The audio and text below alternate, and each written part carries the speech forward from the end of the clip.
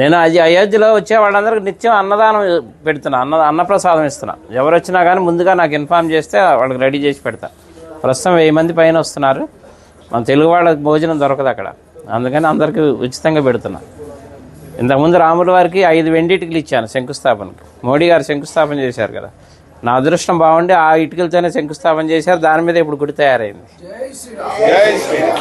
తర్వాత రాముల వారికి బంగారు పాదుకలు చేయించా, వెండి పాదుకలు, బంగారు పాదుకలు. వెండి పాదుకలు తీసుకొని దేశం అంతా అన్ని దేవాలయాల్లో పూజలు చేయించా. బంగారు పాదుకలు తీసుకొని రాముల వారి రామేశ్వరం నుంచి అయోధ్య వరకు నడిచి వెళ్ళాను. అది కూడా రాముల వారు నడిచిన దారిలో వెళ్ళా, డైరెక్ట్ వెళ్ళిపోకుండా వెళ్ళి ఇప్పుడు అక్కడే స్థిరనివాసం ఉంటున్నాను. తర్వాత ఇప్పుడు ధనుసు చేయించా 14 కిలోలు. రాముల వారి వనవాసం 14 సంవత్సరాలు, అందుకని 14 కిలోలు చేసా. కిలో బంగారం, 13 కిలోలు వెండి. ఇది రాముల వారికి కోదండరాముడికి వచ్చాయి, చేతిలో ఉంటుంది. ఫస్ట్ ఫ్లోర్లో వచ్చాయి రాముల వారి చేతిలో. ఇప్పుడు నా మిస్సెస్ అక్కడే ఉంది అయోధ్యలోనే, నిత్యం అన్నప్రసాదం ఆమె చూసుకుంటుంది అక్కడ. వచ్చి చెన్నై అండి, జిఆర్టీ వాళ్ళు చేశారు. అలాగే నేను ఒక పెద్ద గుడి కడుతున్నా అయోధ్యలో. అంటే రాముల వారి గుడి ఉందిగా ఇంకెందుకు అనుకుంటారేమో. నేను పెట్టేది వంశవృక్షం. బ్రహ్మ దగ్గర నుంచి లవకుశుల తర్వాత కూడా 20 మంది ఉన్నారు, ఇంకా మొత్తం 64 మంది. తర్వాత సీతమ్మ వారి వంశం, చంద్రవంశం, సూర్యవంశం, చంద్రవంశం, మొత్తం 450 విగ్రహాలు వస్తాయి. అంటే రాముల వారి వంశంతో పాటు రాముల వారికి అనుబంధం ఉన్న ఎవరెవరు ప్రముఖ వ్యక్తులు, మహా ఋషులు ఉన్నారు కదా, సప్త ఋషులు, వాళ్ళకి ఎవరెవరు సాంగత్యం ఉందో అందరి విగ్రహాలు పెట్టిస్తున్నా. ఎందుకంటే మన ముందు తరాలు వాళ్ళకి తెలియాలి రాముల వారి వంశవృక్షం అంతా. అందుకని శాశ్వతంగా ఉండాలని పెద్ద స్థలం కూడా తీసుకున్నాం, ఒక 5 ఎకరాలు.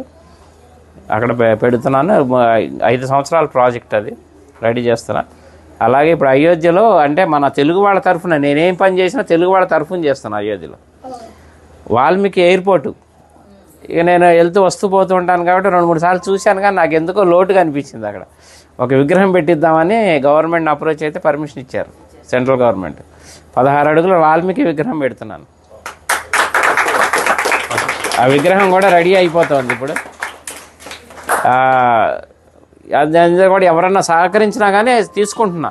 ఎందుకంటే భక్తి నాకు ఒక్కడికే కావాలని కాదు, పుణ్యం అందులో అందరినీ భాగస్వాములు చేయాలి, ఎందుకంటే దైవ కార్యం. అందుకని ఎవరన్నా చేస్తే వీళ్ళున్న వాళ్ళు చేయొచ్చు. అనుగ్రహం మొదలుపెట్టాను, వర్క్ జరుగుతుంది ఫాస్ట్గానే. మార్చి ఏప్రిల్లో విగ్రహ ప్రతిష్టాపన అయోధ్యలో.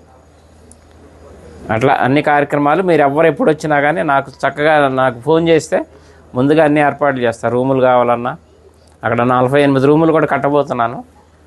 వచ్చేవాళ్ళు ఇప్పుడు ఉన్నాయి, ప్రస్తుతానికి 4-5 ఆశ్రమాలు తీసుకున్నాను, మన హ్యాండ్ ఓవర్లో ఉన్నాయి. ఎవరు వచ్చినా అకామిడేషన్ అది ఏర్పాటు చేస్తా అయోధ్యలో.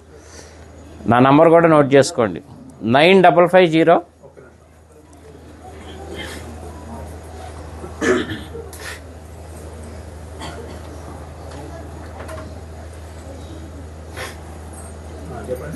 9550 754 389. చల్లా శ్రీనివాస్ శాస్త్రి అయోధ్య అని పెట్టుకోండి.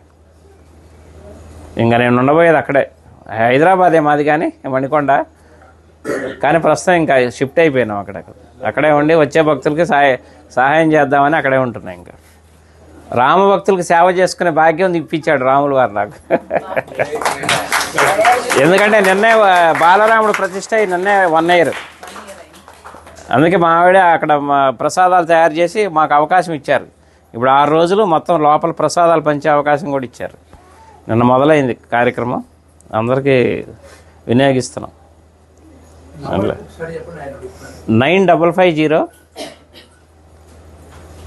754 389. చల్లా శ్రీనివాస్ శాస్త్రి అయోధ్య. ఓకేనా? ఎవరు ఏ టైంలో చేసినా కానీ నేను అందుబాటులో ఉంటాను.